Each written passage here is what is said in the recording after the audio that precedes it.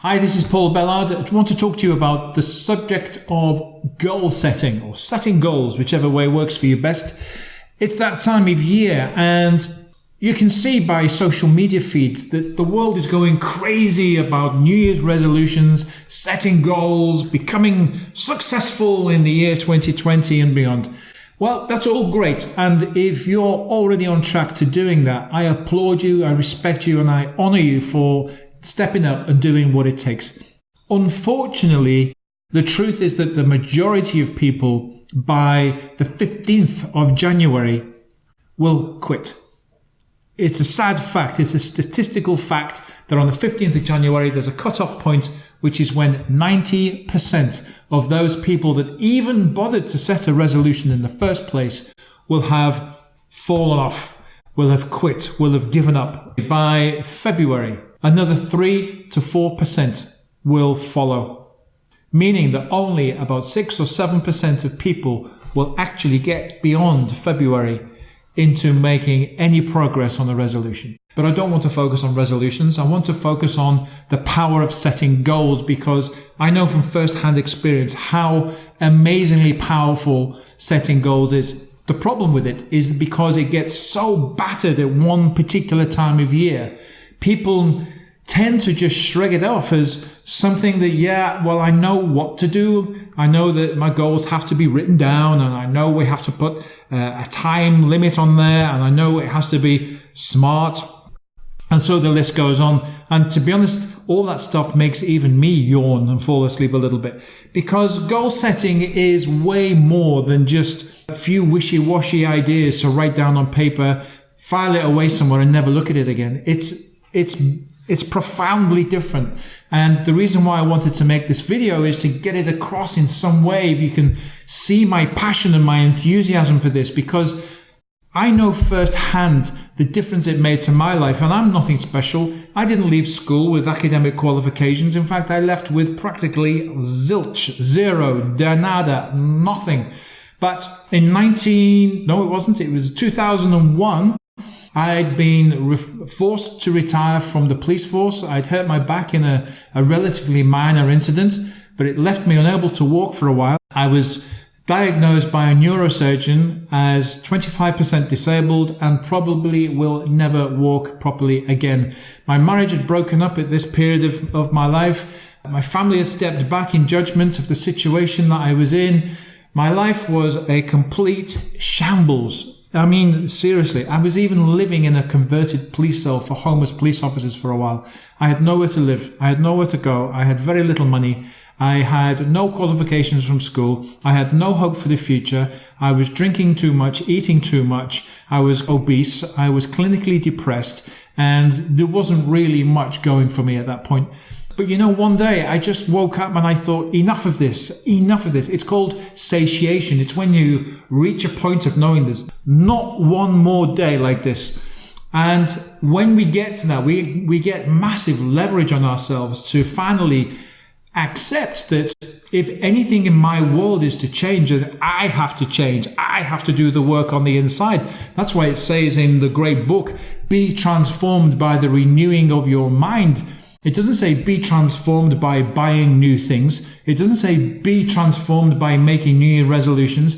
It doesn't say be transformed by hoping for the best. It says be transformed by the renewing of your mind. And what that means is that we have to start to think very differently about who we are, about our identity, about who we want to show up as to ourselves, to our family, to our children, to our friends, to our colleagues, to our neighbors, to everyone that we would come across on a day-to-day basis. Who is it that you would want to be known as?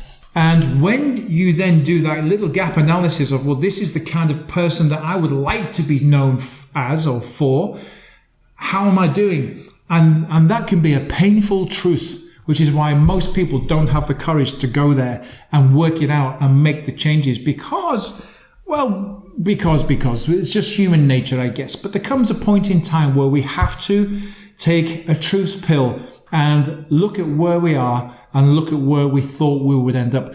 But that's a great time. That's a gift. That's a wonderful opportunity to decide that from this day forth, now is the time. Now is the time I start to do things differently by thinking things differently. And that's what a goal setting workshop is all about. But it's mostly about who it is that I want to become, what it is I want to do differently on a day-to-day basis that will be in each and every day progress towards something that you want. Progress towards something that you feel you deserve. Progress towards the thing that you were intended to have in the first place. No one was put on this earth to be poor. No one was put on this earth to have a mediocre or average life. Nobody.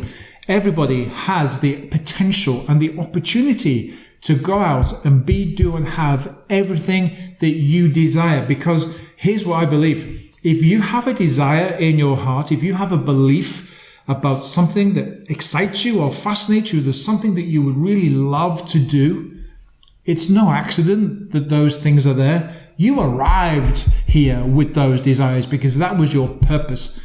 The problem is, as we're growing up, we start to listen to the hypnosis from other people that tell us how that's too big a dream, or that might not be possible for you, or you can't do that. And that's certainly what happened to me as I was growing up. And I'm sure as you're watching and listening to this, it happened for you as well to some degree. But that doesn't mean to say it's true. That's just somebody's opinion. Remember, a neurosurgeon told me I would never walk again properly. That was just his opinion, because within 18 months of that diagnosis, I literally transformed my whole life, starting with health and fitness. Even though I had scoliosis, which is an S-shaped spinal curvature sideways. So my hip was out over here somewhere. I had excruciating pain down my legs. But I still set a goal to go to a gym and get a six-pack in just 12 weeks. Even with those injuries and even in that discomfort. And okay, I wasn't a magazine cover, but it was flat and you could see the lines. But was I disappointed with that? No way, because here's what happens. When you set a goal that seems too big, that seems impossible, resources and resourcefulness just come up from nowhere. They're always inside of you. They're always there just waiting for a reason to come out. And a great reason for them to show up is when you pick a goal, select a goal that you currently believe might not be possible for you for whatever reason. And once you start putting yourself under that pressure and having your daily imaginative world of seeing yourself as if it's already actually achieved and dwelling in the feelings that it's already happened for you and holding on to those feelings like it's already real, those resources will release and come to the surface. And that's the whole message of setting goals, isn't to go out as who you are today to get more stuff. It's about transforming yourself to become the person that automatically attracts the things, the people, the events, the opportunities to you, because that's who you are. Can you see the difference? There's a huge, massive difference between what people perceive goal setting to be and actually what it really, really is. And that's why every year I am determined to go out in January, February and March and do goal setting workshops for next to nothing cost-wise. It's about sharing with people the potential and the opportunity to finally quit making resolutions, quit hoping for a great year, quit just wishy-washy thinking about what might happen this year because it feels like this is your year, and instead take a serious and committed strategic approach to setting a goal and going out there and making it happen. I'm committed to this. This is why this year, 2020, I'm doing this workshop in 4 different countries to reach as many people as I possibly can. And together we're going to work as a group as we progress through the year to make sure everybody stays on track. That's what this goal setting workshop is actually about. So if this sounds like something that you could use, if it sounds like something that you really want to do because you've had enough of average, you've had enough of mediocre, and you're ready now to start heading off in the direction that you deserve, that you've been wanting for so long, then just underneath this video, there's a button there You can click it to find out when the next event is, and then get yourself booked on. And I can't wait to come and see you and greet you at the door to what will become the 4 hours, a 4-hour block of time that will open the doors and chop away the obstructions and the blockages to the rest of this year, and probably, if you anything like me, the rest of your life. And if you can't make the live event, there's another link there as well. It's for my book called Gold. It's free. You can have it. Have it from my heart as a gift for you. Just put your email address in. The book will arrive. You go through the usual, confirm you're a human being. But then it will arrive. But please read it. So many people download it, and it's just there as a nice to do one day. It's got 3 sections to it. It's got my story about what happened, which woke me up to the realization of the power of goal setting. Section 2 is a workshop that you can actually do yourself, but please do it the way it's written out. Please make sure that you're in a great state when you do it. Don't kind of sit there with your head in your hands saying, oh, yeah, I'd like to do this one day. I'm not sure about. No, that's not it. You've got to get yourself strong. You've got to get yourself excited about creating and designing your future for you, not for anybody else. And then the 3rd section has a few, I call them critical success factors. The things that you must and must not do to make sure that you follow through. And on the workshop, we have quite a lot more of them, but I'll give you a quick run through now. Discipline.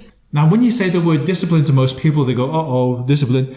Discipline isn't about restricting yourself. It's about freedom. Because when you apply the rules of discipline to doing things that you need to do every day to make progress, it actually creates an energy and a vibrancy that helps you to find your own freedom within your own identity and who you are, where you're going and what you're doing. So please start to adopt some discipline into your life. Do the things that you know you have to do. You already actually know most of them, I'm pretty sure. But our discipline slips sometimes and we don't quite do the things that we know we should do, right? Right? I'm the same. I'm guilty as well. Another thing I absolutely swear by, and if people know me from years gone by, when I tell them what I now do as a morning routine, have done now for the last year or so, a bit more than a year, they would not believe me. I've been getting up at 4 o'clock every single day. Now, I didn't just leap from my old get-up time to 4, because that would be too much of a shock to the system. I just gradually wound it back. And I know I don't go to bed at 8 o'clock at night. I go to bed around 10:30, sometimes 11:30, but I still make sure that I wake up at the right time relative to a REM cycle, and I make sure that I then have a routine of things that I do, which include exercise, essential to wake yourself up and get yourself back into peak state. Imagination, visualization, whatever you might want to call that. You can call it prayer. It's the same thing, where I get grateful for life the way it actually is. Then I imagine all the goals that I've set already actually have happened. And then I have some total silence where I just literally silence everything that's going on in my head and then bask in it. And then the third thing I do, which is really, really important for me, and I think probably for you as well, is to now read something or learn something that's educational, that's inspiring, that's motivating. So there's 3 different levels to this, 3 different elements to this morning routine. And I'd really encourage you to try it as well. Just gradually wind your get up time back, because there's something really, really profoundly special about being awake at a time of day when everybody else is still asleep. There is for me, I would describe it as there's an open door to source energy, which at that time of the morning is a viscerally real feeling that you can literally plug into and take the energy from it. It's a wonderful experience. So that's a morning routine. Another thing that we'll cover is forgiveness. Now, not many people would expect to have a forgiveness thing inside a workshop, but it's essential because harboring old grudges, upsets and hurts takes your energy away, and it gives another person or another event power over you. So we have to let this go. So there's a forgiveness process to let some stuff go so that you can be released and free. I love that word, released from whatever has been holding you back and taking your energy away from you. So there's just a few examples of the kind of things that we're going to be covering. Again, buttons are just down there. Please click them, go and have a look around, see what's available for you, and I look forward to greeting you at the doorway at the next event. Take care. Bye-bye.